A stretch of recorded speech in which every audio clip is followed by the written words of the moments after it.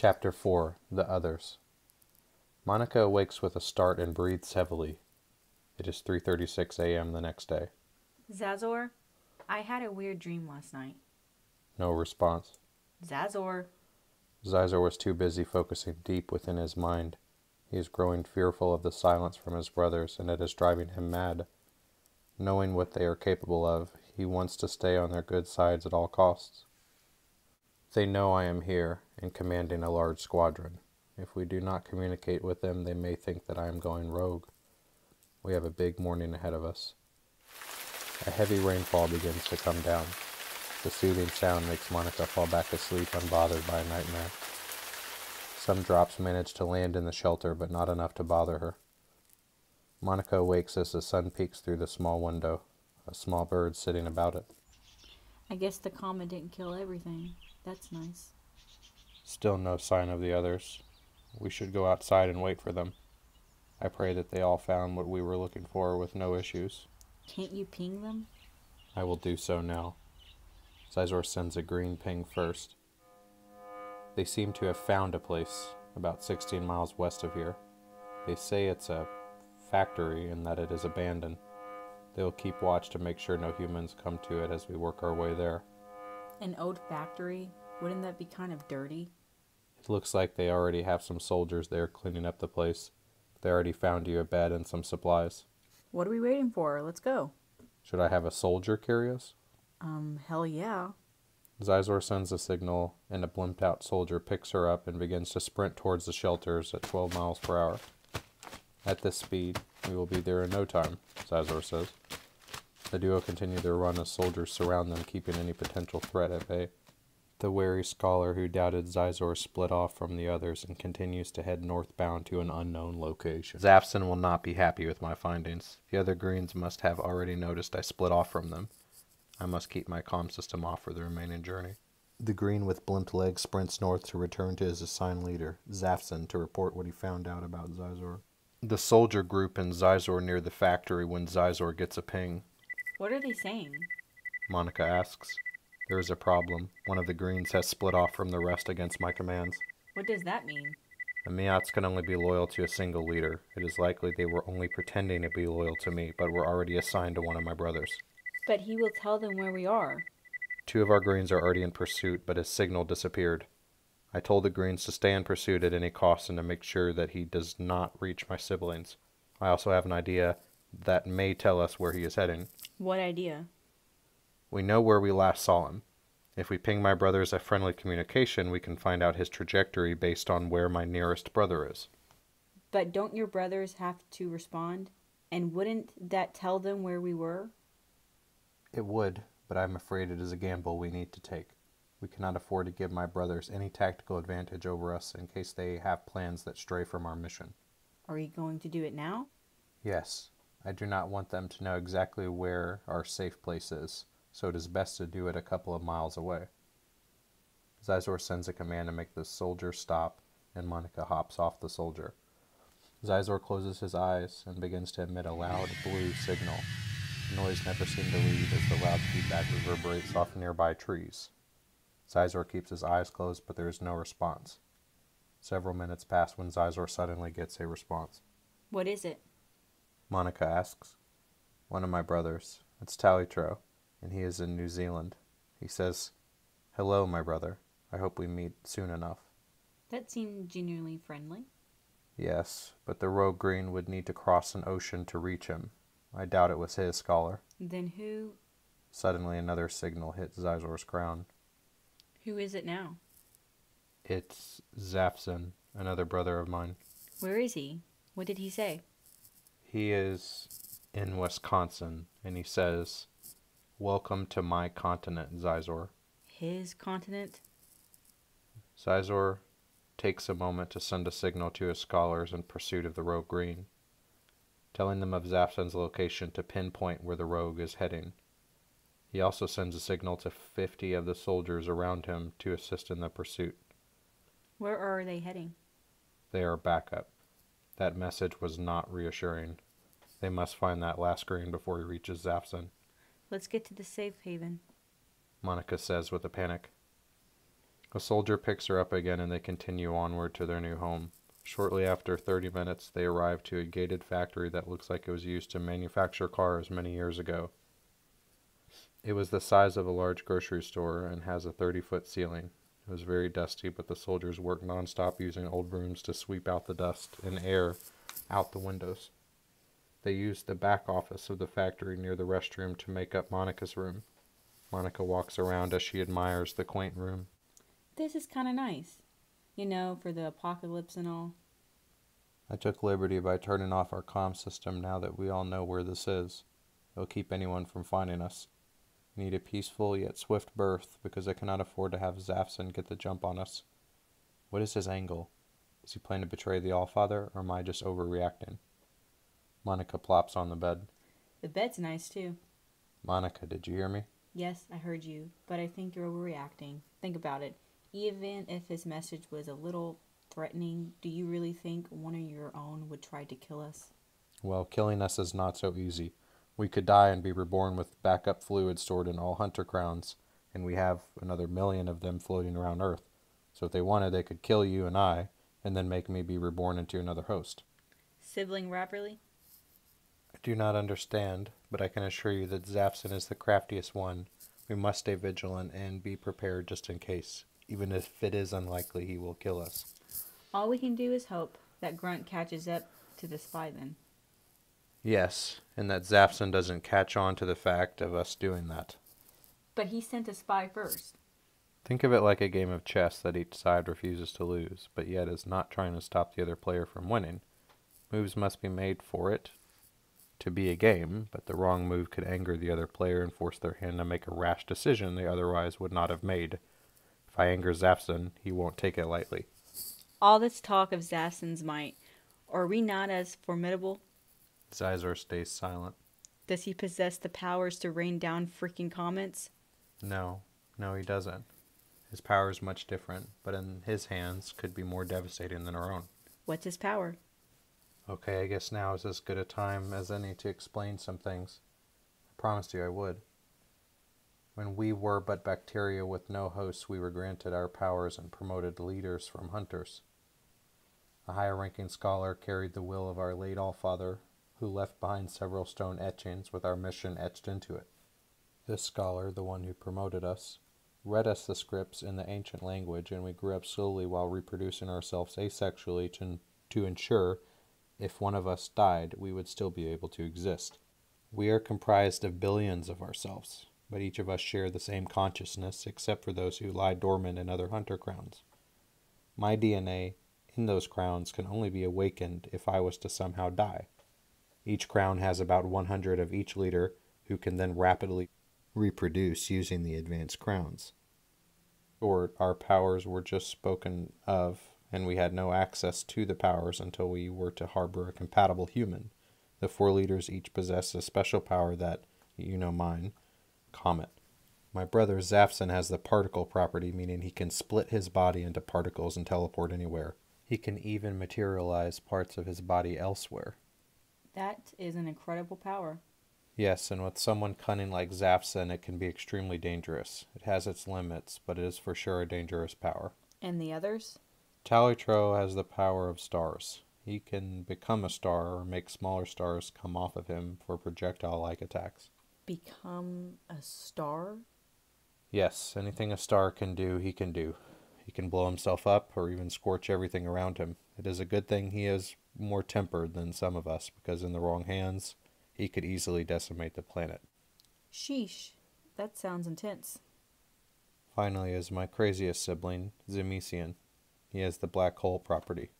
Wait, black holes are real? I thought those were urban legends. You know, like the Loch Ness Monster and Bigfoot? Black holes are very real and very dangerous. Like Talitro, he also holds a key that can destroy the Earth. I am afraid that he will be hard to keep in line. Even before we came here, he was all about himself and doubted the Allfather every step of the way. It is possible that one day we will have to clash for the sake of the mission. Don't assume. Maybe he has turned a new leaf. I would not bet on that. The two sit quietly for a moment. All of you powerful sentients, will you finally tell me what your plan is? How are you going to take over the world? I will tell you very soon, but I need to speak with the Green about the development. She nods and the two walk into the main room of the factory. The factory was almost completely gutted at this point, and since it was abandoned, it was surrounded and covered by overgrowth that would keep it camouflaged from a distance and especially from the sky. The parking lot had also completely overgrown. The factory was abandoned for at least 2 years. Overgrowth even broke through the windows, but light still managed to peek through. Monica walks past some grunts carrying debris to the outside of the factory where a pile begins to form, and she walks outside. A shining sun beats down on her as her skin absorbs the nutrients. So our comm system is down to stay hidden. Does that mean we can't use comets? Why would you want to use a comet, Monica? To train. If there is a possibility we may have to fight, should I not be more comfortable with our power? That is fair. We can go a couple miles north in the morning to practice, and we will come back here when we are done. I have a group of Greens on the way now to discuss some things, and then we should rest.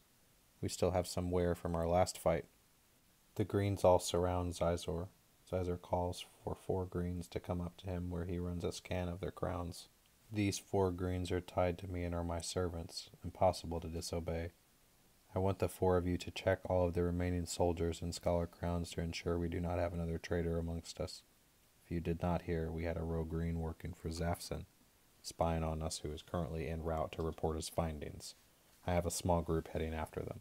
The 4 scholars acknowledge their commands and they begin running the scans on the remaining crowns. Zizor leaps to the top of the roof to watch for any specific activity, and a Green follows. Have you been checked yet? Zizor asks. Yes, I am your servant and I have something for your host. My pickles! Monica yells as the Green unveils the pickle jar sealed tight. Monica frantically tries to open it but struggles. Zizor lends her a hand and the lid flies open. What do you make of our traitor? Zizor asks. Well, us Greens are smart. There's no way he would have left any clue to his betrayal. A Green against another in a mind game is an impossible battle. Enemy Greens will be a problem. Zafson likely has an army already and we are just beginning. Make sure the Greens all follow my incognito orders. We won't be able to withstand an attack here, and with the berth, it must remain safe at all times. The Green nods and hops off the roof. Obstacle after obstacle, this just keeps getting harder. My siblings will have the upper edge if I let up even slightly. I need an ally. I can't trust Zafson, but Talitro might be able to sway him to join us. Leave it to Zafson to go off on his own, and Zamesian being quiet has given me the chills. You're in deep thought, Monica says softly. Yes, I am thinking of methods to somehow make this more feasible for us all. She doesn't realize I can tune her out of my thoughts at will. Whatever we do, I will support you. But I do have one ask. What is it? No matter who it is, I want to stay off radar completely from your brothers until this baby comes. I know we have discussed this before, but it's really important, and I will never forgive you if this child is hurt. Okay, Monica. I can make that promise. Here, remain still. I want to run a scan on your body, see what progress looks like. Monica obeys and Zizor runs a pulse through the body. The pulse reaches the egg and scans it. It is 9 pounds now. This growth is rapid. Your cervix will not be able to complete a normal birth. It needs to be extracted. How long until we need to? I was going to originally say 1 week, but it will need to be in a few days at this rate. A few days, huh? Not much time to mentally prepare? Well, like I told you, you will not feel any pain. I will keep you in a euphoric trip during the entire process. A skilled Green will do the extraction. I mean, birth. I want to be conscious. If I am a zombie during the whole process, it defeats the purpose of birth. Humans really do amaze me. Human women have to bear this curse of childbirth, and yet you want to experience pain?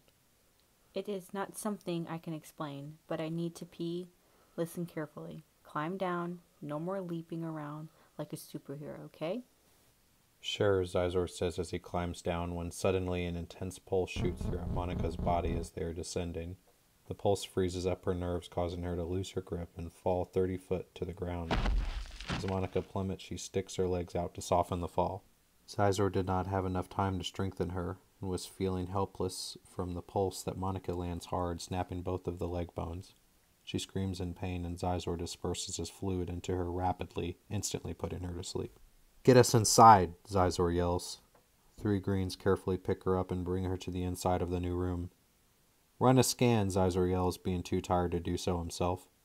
One of the greens lays his hands on her leg and runs a scan. "The leg bones are severed and shattered. If you start your repairs now, it will take a couple of days to fix." "We cannot wait a couple of days. If the others somehow find out we are here, I cannot be defenseless."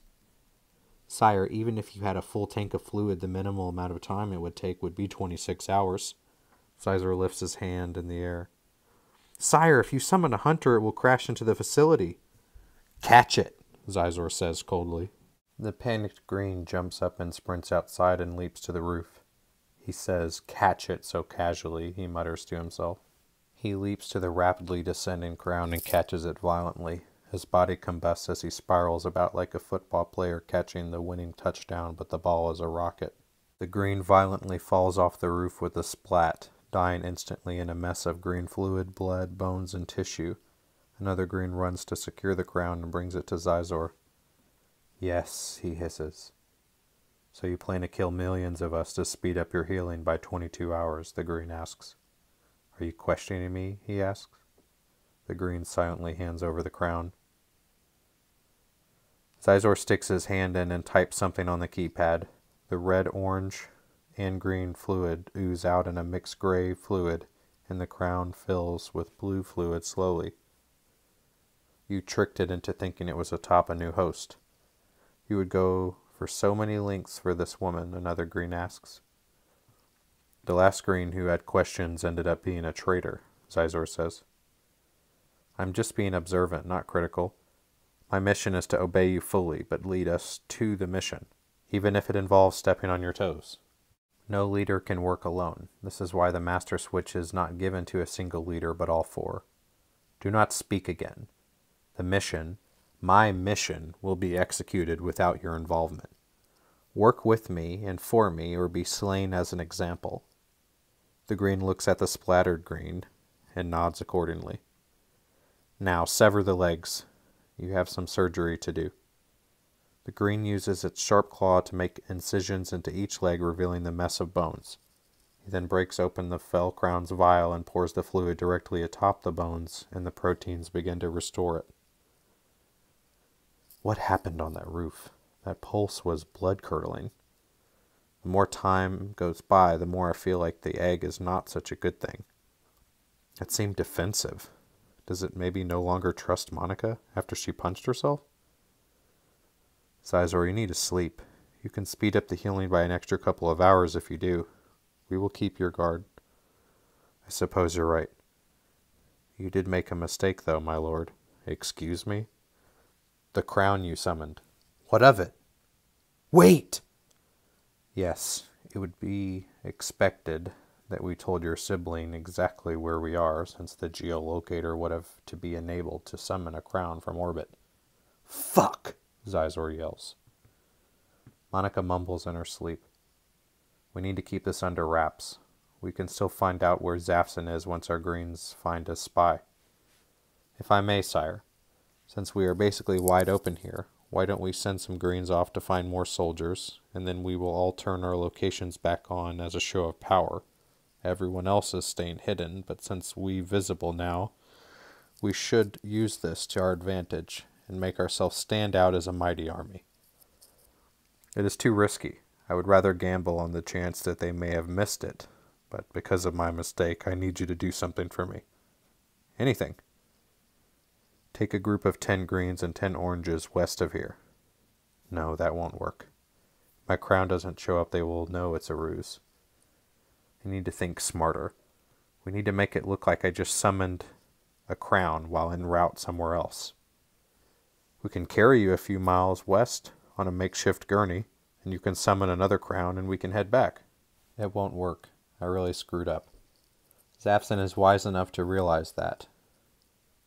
That would be a ruse. To walk a few miles, summon another crown, and then the trail goes dead. Plus we have to make choices that Monica agrees with. Well, I have an idea then, another green says. How about we make a cart with old tires? We can get one made in an hour. We will have 2 of our strongest soldiers pull it. We will fill it with the bed and build a roof for it like a carriage. We will travel 10 miles every mile or so, calling down some crowns. We'll make it look like we are mobile, with only having around 20 crowns, including yours, active, so they can see us moving. If we get any wind of a pursuit, the other couple hundred will turn on their crowns in hopes to hopefully scare the attackers if anyone does decide to come after us. All of this in hopes to return to this place in a week. The trail goes cold several miles up the road, then it will be more likely interpreted as an actual path rather than a false trail. I like the idea, but Monica will not want to leave this new place she is so fond of. About that, maybe just for the duration of this journey you connect her to the tree. Keep her asleep and safe. Afterwards you can give her control again. Why you... I hate to admit it, but a green is always going to come up with a better plan than I. A scholar and a leader working together will always warrant success, unless pitted against another scholar or leader together. I could always lie to Monica and tell her that I kept her under for the sake of the injury. Your plan, it would require we gave birth on the road, leaving me vulnerable in the middle of the woods somewhere. This is true. The recovery would even be longer, since this will surely not be a regular birth. It is a gamble. Do we stay and risk infiltration, or do we move in hopes to throw them off course, but reveal to them a path we are most certainly on? Either is risky, but the choice is up to you, Zizor. Lead us. Securing a safe haven for this egg is the priority. Monica would understand her forced slumber. So it is decided then? Yes. Get started on the cart. The greens nod and leave in search of parts. Sizor enters the chasm to see Monica washing her hair in blue fluid. Monica, he speaks, as his loud voice echoes throughout the chasm. She looks to him. I need you to submit for now. I need to repair her legs and keep the pain off your mind. I need to secure you to a tree here in this chasm. It should only take a couple of days. Monica's quaint smile turns to a subtle frown. I hate that this is happening, Monica. Baby? She mutters through her euphoric trip. The baby will be fine, Monica. This is just a minor setback. The plan remains the same. You will have a smooth birth and everything will be fine. Why? She mutters. Why what, Monica? You are lying. Sizor gasps. How does she know? No matter, my choice was made. This is for us, Monica. We will die if we stay here without throwing off Zafson. Monica, this may upset you, but I need you to trust me. I would never betray you or the baby. Monica's face slowly turns angry, but Zizor picks her up and forms into the mechanical tree. It entraps the now nude Monica within the trunk, and the wire spread throughout the chasm. Zizor is shaken awake to see the scholars at work on the carriage.